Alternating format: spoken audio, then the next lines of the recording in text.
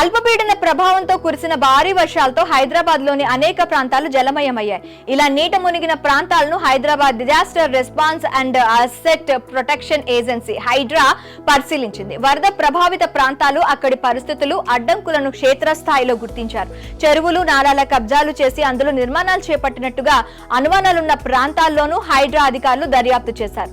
సంగారెడ్డి జిల్లా అమీన్పూర్ మండలంలో హైడ్రా కూల్చివేతలు చేపట్టింది. ఐల్పూర్ తాండా, అమీన్పూర్ లో ఆక్రమణలను కూల్చివేసింది.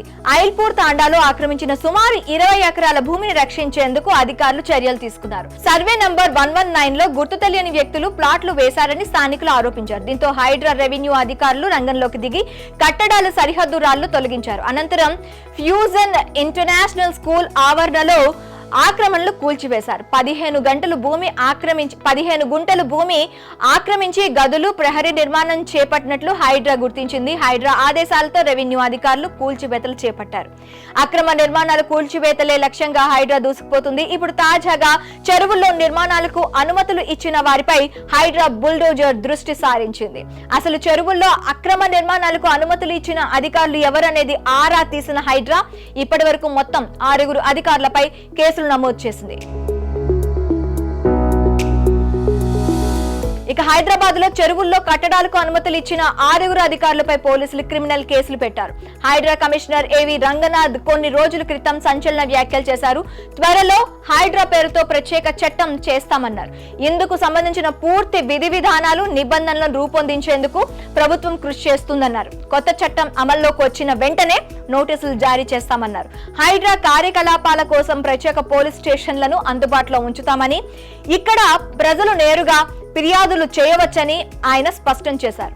అక్రమ నిర్మాణాలకు సహకరించిన ప్రభుత్వ అధికారులపై విచారణ జరిపి వారిపై కూడా కేసులు నమోదు చేస్తామన్నారు. ఈ నేపథ్యంలో హైడ్రా కమిషనర్ కు రేవంత్ రెడ్డి ప్రభుత్వం మరో పెద్ద బాధ్యతను అప్పగించినట్లు తెలిసింది. హెచ్ఎండిఏ పరిధిలోని చెరువుల పరిరక్షణ గతంలో ఏర్పాటు చేసిన లేక్స్ ప్రొటెక్షన్ కమిటీకి ఏవి రంగనాథ్ ను చైర్మన్ గా నియమించినట్లు సమాచారం. ఇప్పటి వరకు ఈ కమిటీ చైర్మన్ గా హెచ్ఎండిఏ కమిషనర్ వ్యవహరించారు.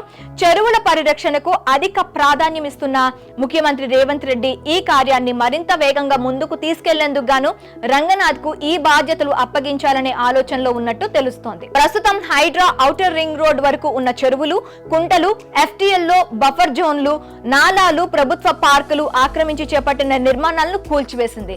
హెచ్ఎండిఏ పరిధిలో ఉన్న 7 జిల్లాల్లో చెరువులు సర్వే, ఎఫ్టీఎల్ నిర్ధారణ, నోటిఫికేషన్ పూర్తి చేయాలని ఇప్పటికే కమిషనర్ సర్ఫరాజ్ అహ్మద్ ఆదేశించారు. హైదరాబాద్, రంగారెడ్డి, మేడ్చల్, మల్కాజ్గిరి, మెదక్, సంగారెడ్డి, యాదగిరి, భువనగిరి, అలాగే సిద్దిపేట జిల్లాల్లో చెరువులు ఉండగా ఆయా జిల్లాల కలెక్టర్లతో ఆయన వీడియో కాన్ఫరెన్స్ నిర్వహించారు. నవంబర్ 1లోగా అన్ని చెరువుల సర్వేతో పాటు ఎఫ్టీఎల్ కు సంబంధించి నోటిఫికేషన్ జారీ చేయాలన్నారు. హెచ్ఎండిఏ పరిధిలో మొత్తం 3500 చెరువులుండగా ఇప్పటి వరకు 265 చెరువులను నోటిఫై చేశారు.